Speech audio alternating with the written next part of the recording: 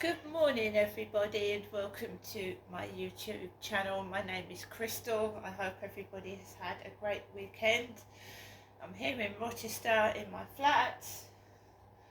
It is Monday morning and the weather is not so cold. I think it's about 2 degrees and I think we're going to have some rain here in Kent later on because the sky is dark. And there you go. So good morning everybody. Alexa, good morning. Good morning. On this day in 1968, American music star Johnny Cash played his famous set in front of around 2,000 inmates at Folsom Prison. The live album of the gig would turn Cash's career around, selling 500,000 copies in a matter of months. Alexa, what's the time please? Good morning Genestra. The time is 8:33 a.m. Alexa, what's the date today? Today is Monday the 13th of January. Alexa, can you tell me a joke? How do you turn a duck into a soul singer? Put it in the microwave until its bill withers. Oh my goodness me. Alexa, whose birthday is it today? Today is in 15 hours, 25 minutes, and 49 seconds. Alexa, who was born on this day? Celebrities born on the 13th of January include Julia Louis-Dreyfus, Thomas H. Massey, Orlando Bloom, Liam Hemsworth, and Jill Wagner. Alexa, who is Orlando Bloom? Orlando Jonathan Blanchard Copeland Bloom is an English actor. He made his breakthrough as the character Legolas in the Lord of the Rings film series. He reprised his role in the Hobbit film series. Alexa, how old is Orlando Bloom? Orlando Bloom is 48 years old. Yes, the Lord of the Rings.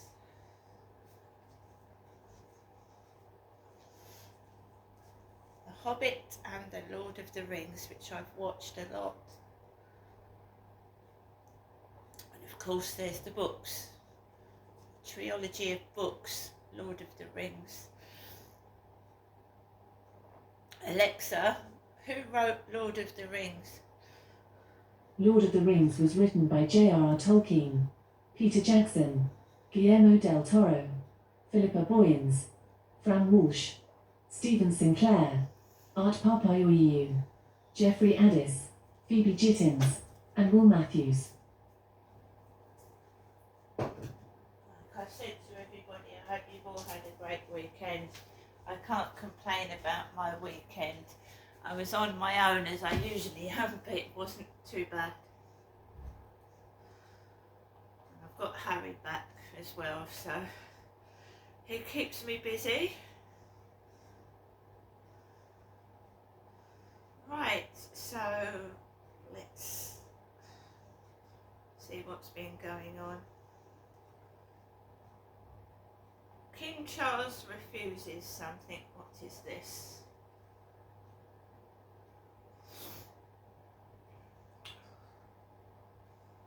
This is written by the Mirror. This is online. King Charles will never abandon Prince Andrew because of worrying fear. Prince Andrew was cast out of taking part in the royal family's Christmas celebrations after his links to an alleged Chinese spy emerged. But despite him becoming embroiled in yet another scandal, one royal expert has revealed why she believes King Charles will not push him further from the royal fold.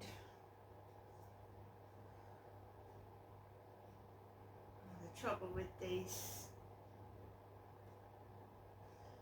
things, they bring up adverts. No thank you. They bring up adverts with them. It's taken me onto something else that I wasn't reading. With the dawn of 2025, the royal family will be hoping for much brighter days ahead. King Charles is cracking on with a full programme of duties as he continues his cancer treatment, while the Princess of Wales is gradually returning to public life following her own diagnosis and chemotherapy treatment. However, one dark cloud that continues to hang over the firm, and this is what Diana called the royal family the firm, so the Mirror is calling the royal family the firm, which is a reference to the mafia, is the future of Prince Andrew. The disgraced Duke of York has been lying low since it emerged before Christmas that he had links to an alleged Chinese spy. He pulled out of Christmas festivities at Sandringham with the rest of the firm as the scandal grew last month, and ever since he has been keeping a low profile at his Royal Lodge home in Windsor. It has led to questions as to whether Charles could cast Andrew aside, especially as the King and his younger brother are also reportedly at loggerheads over his Royal Lodge home. And earlier this week, anti-monarchy group Republic called on the Metropolitan Police to investigate the Duke of York without fear or favour, after reporting him to the force for using the name Andrew Inverness in his financial dealings. So he used a different name, Andrew Inverness.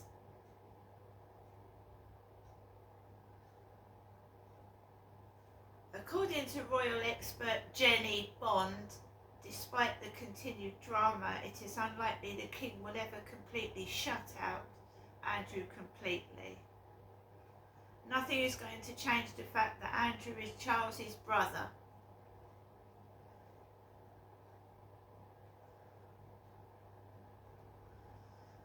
Jenny added that with Andrew said to be depressed, his big brother worries that kicking a man when he's down can take a dangerous toll on mental health.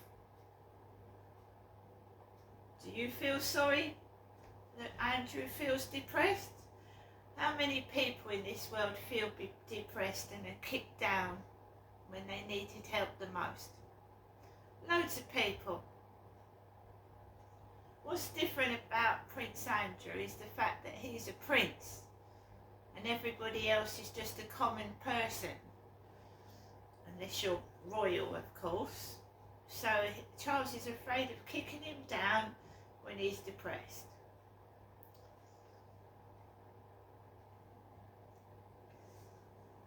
Ooh.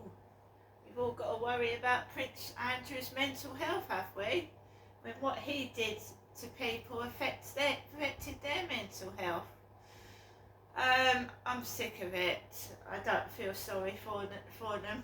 I don't feel sorry for any of them. They're born with privilege. They've got money to get themselves out of any hole, and I don't feel sorry for any of them.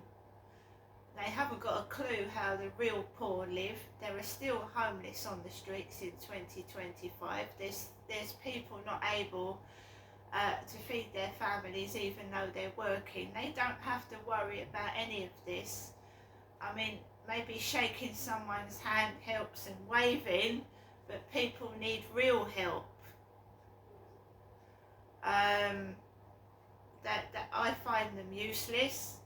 They have to do as they're told by the government. The government obviously wrote the Queen's speech when she was alive, so they you know, to me they're useless. There's no use for them.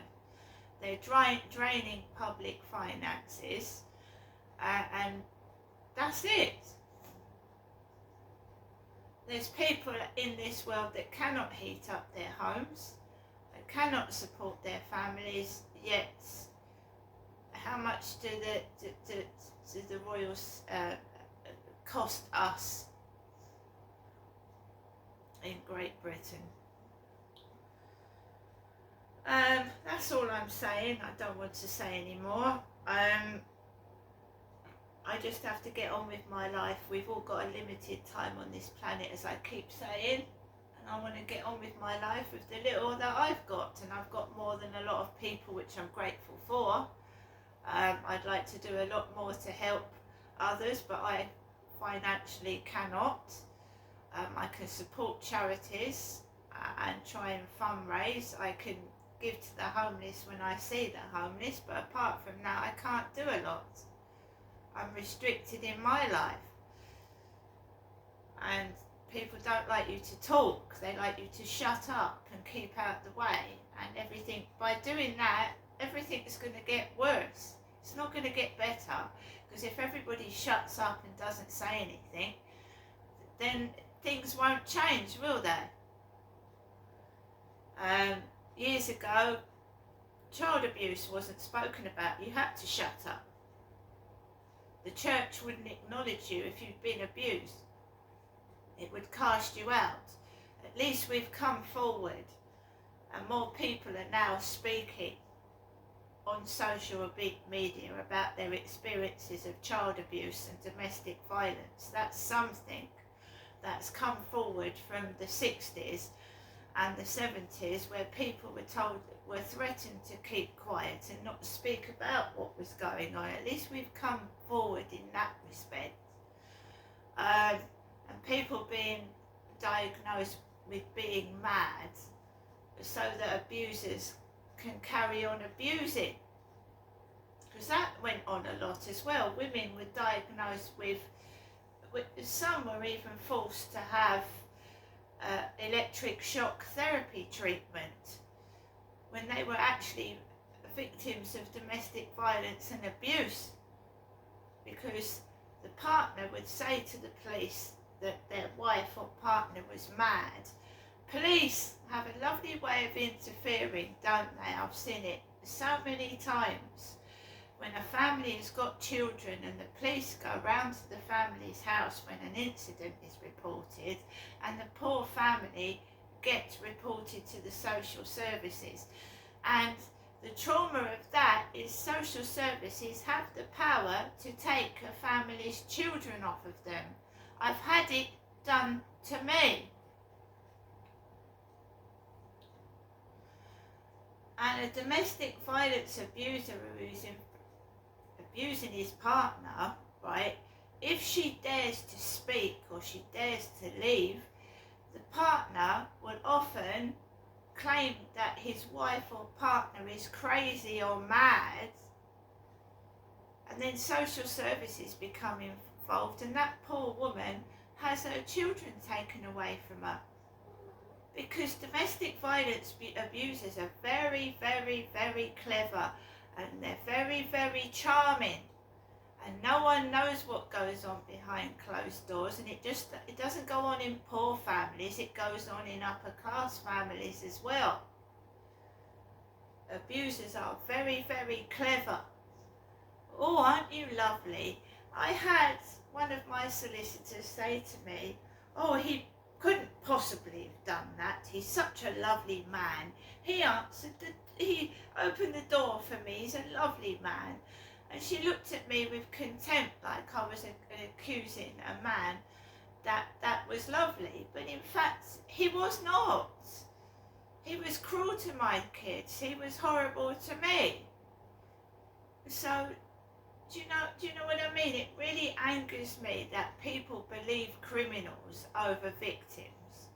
And police and anybody involved in the social services should be aware of trickery by partners, by abusers and domestic violence abusers and rapists and even serial killers. They should be aware of the charm that some people, women do it as well, so the charm that people put on when they know that if they get found out they're going to be in deep serious trouble. So the easiest thing to do is pass it on to the partner and let the partner take all the responsibility for what they've in fact done. So they need to be trained properly in the techniques that abusers use to get away with what they've done. And obviously the police we've got at the moment, well, they're utterly non-existent for a start.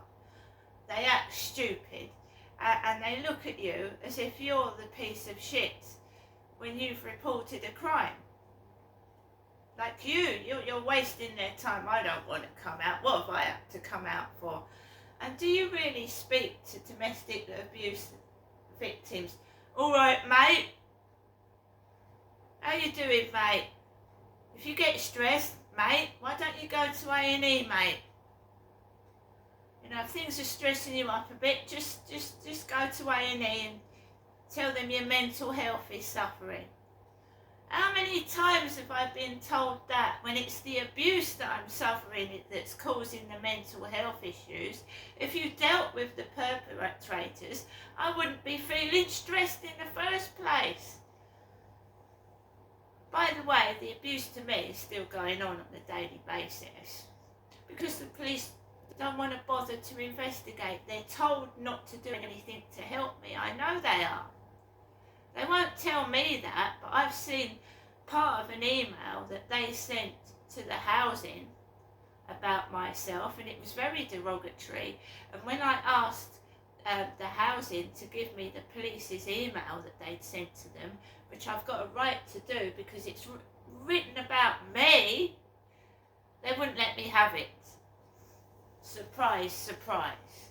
But how many people are wrongly diagnosed with mental illness and madness when they've been suffering abuse by the hands of a partner, or they've been suffering ongoing abuse and the police won't bother to investigate it because someone's telling them she's mad, don't look into that. You know, even when I've had photographic evidence of people swearing at me, I've had a video as well of evidence, and they don't even bother to look at it.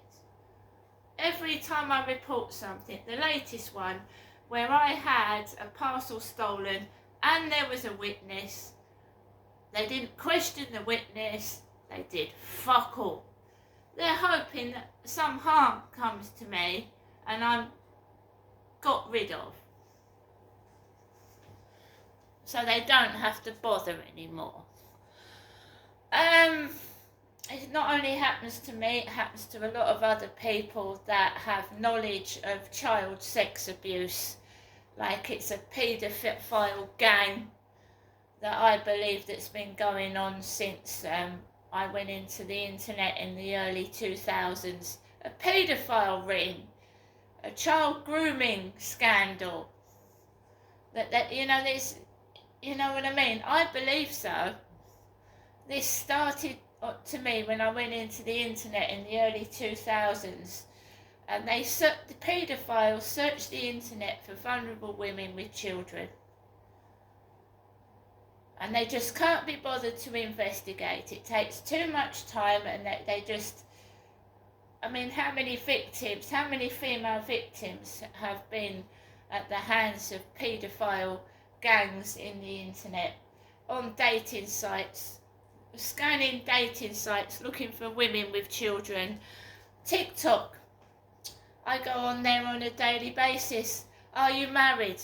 Have you got any young children? I'm often asked that.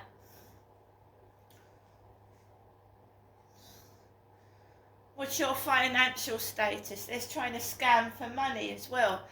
This needs to be stopped, right? And these chat boxes, I hate them. You know, these gamings, Fortnite's got a chat. The adults play Fortnite, so children can talk to adults playing Fortnite. I don't agree with chat rooms, I don't agree with chat boxes, because this is where it started with me. There are paedophiles in these chat sites. There are. That's what I believe.